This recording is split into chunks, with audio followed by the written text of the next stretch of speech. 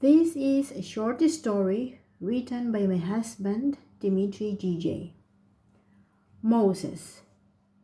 The cockroaches were not the biggest problem of the apartment where Abu lived. Being on probably the worst street of Philadelphia was not much lot of pleasure. Neighbors were awful.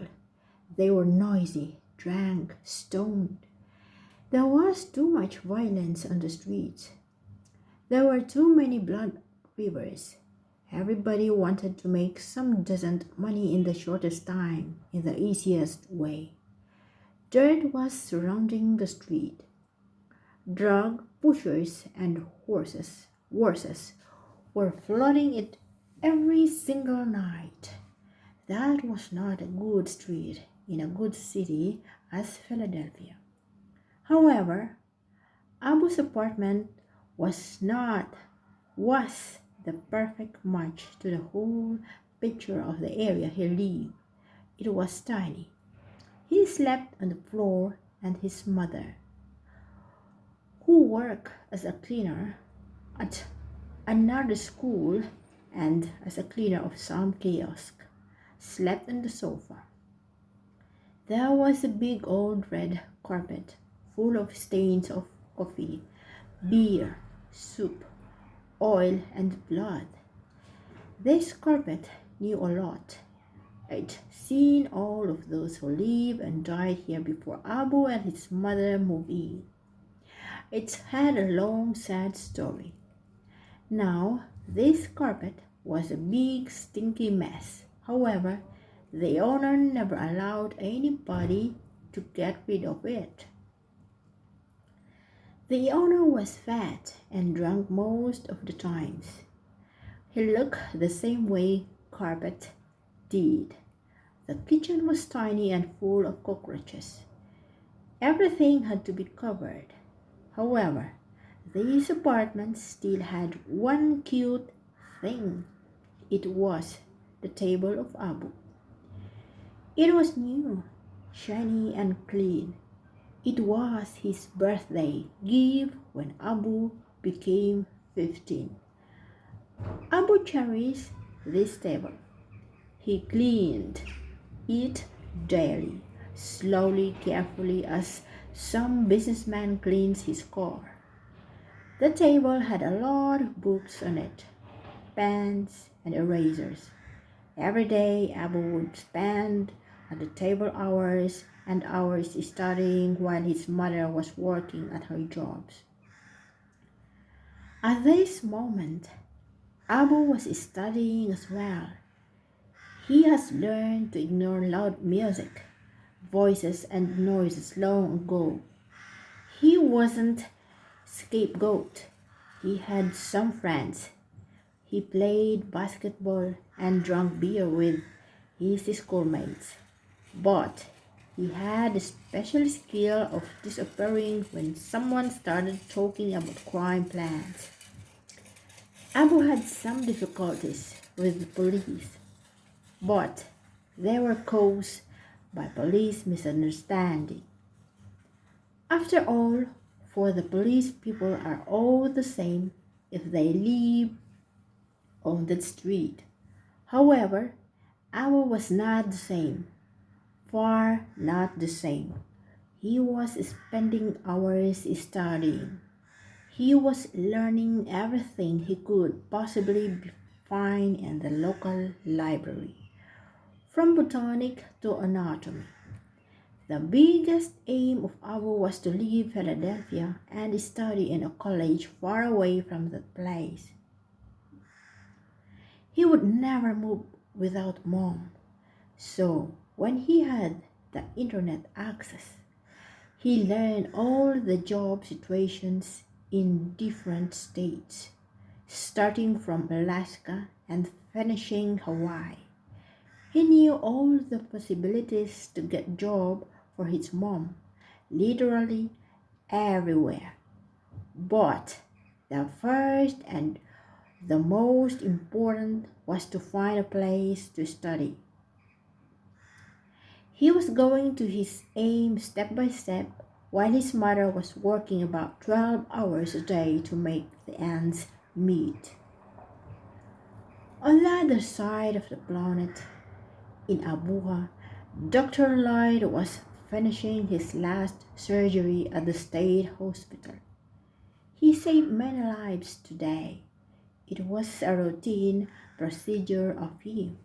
Saving lives was something usual for Dr. Lloyd as typing on the keyboard for an office clerk.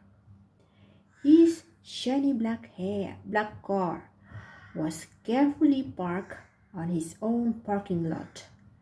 Slowly, Dr. Lloyd went down the hospital in a big elevator. He was alone on the elevator because it was an early morning when his shift finished.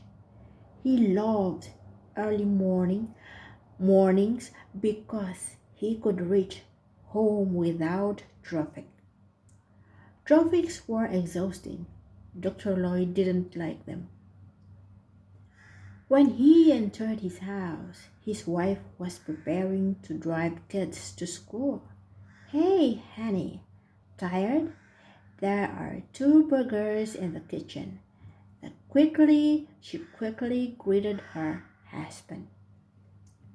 Wife came back home in an hour or so. Dr. Lloyd was not sleeping yet. He was finishing the second burger and reading some medical news on his tablet. "Lloyd, they haven't called yet?" quietly asked the wife. "Cindy, you know that Dave is gonna update us once counselors make their decision," Dr. Lloyd answered. "Lloyd, we can't wait forever. John is gonna go to the fourth grade. Blessing needs to go to the college in 2 years. Just in 2 years, Lloyd. It's the deadline." Cindy was getting angry, but she didn't want to push her husband after the night shift. "What can I do, Cindy? Should I go to the American embassy and force them to give us the visa? Or should I beg them on my knees instead? I'm not telling you to do so. You're the best surgeon in Abuja. American hospitals are gonna fight for having you with them. What else do they need?" "I have no idea what they need. Do I look like an American consular?" Dr. Lloyd was shouting. He clearly understood that the decision making about the papers for living and working in the United States of America was way longer than it usually takes, but he was determined not to pressure the embassy by any cost. "Lloyd, you're paying that boy Dave good money for being your ears there. When did he contact you last time? A week ago?" "No, just 5 days ago.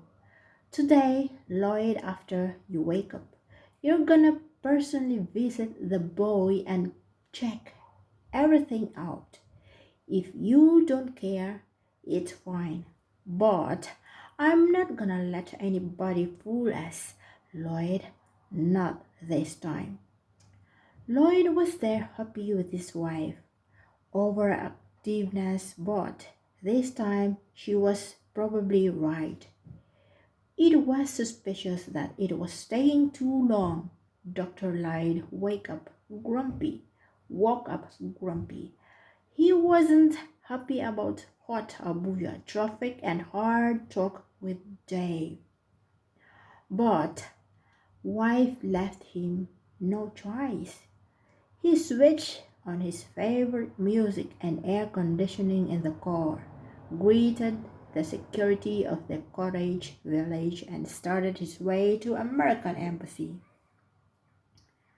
The New York City was even more beautiful in autumn.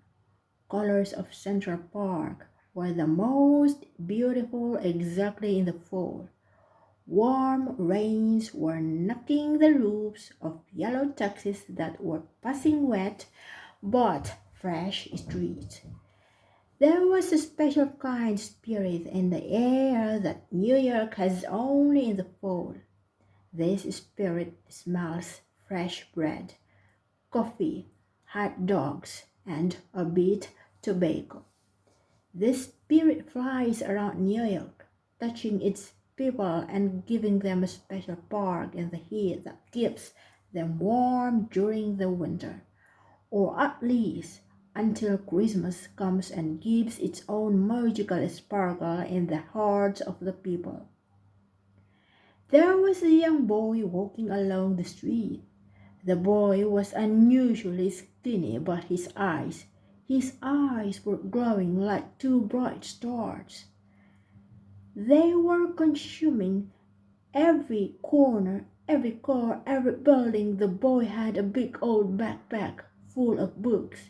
You probably already guessed that this boy was Abu. It was his second week in New York City. His mother was working as a nanny for some wealthy family, and Abu was studying in college. They had left Philadelphia, and they had promised themselves to come back, but to another part of the city. Abu's mother was earning almost triple higher than it was before. Abu has a gold scholarship and was washing dishes after work in the local restaurant. They were living in a small, cozy apartment. Days were windy, rainy, and cold. Abu was hungry, so he decided to have a snack in McDonald's. There was only one free chair beside a family that consisted of mother, father, and two kids. Abu was sitting close to them so he could hear everything they were talking about. He understood the family arrived from some distant country. The man worked as a doctor and that their life dream has finally come true.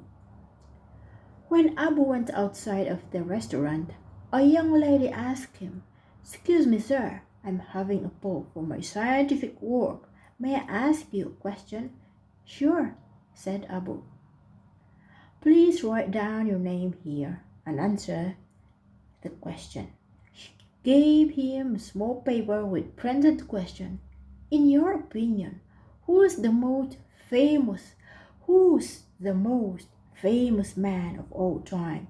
10 minutes later, Dr. Lloyd was also writing his answer to this question.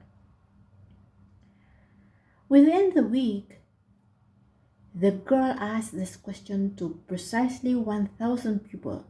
There were dozens of answers. However, the bottom answer was Moses. Only two people gave this answer. Their names were Abu and Lloyd. Moses was the only man who saw God himself in Sinai mountain. The book of Genesis says that mankind is created in the image of God. If it's so, maybe every man has a grain of Moses, which can move him to exactly new level. This is a story written by my husband.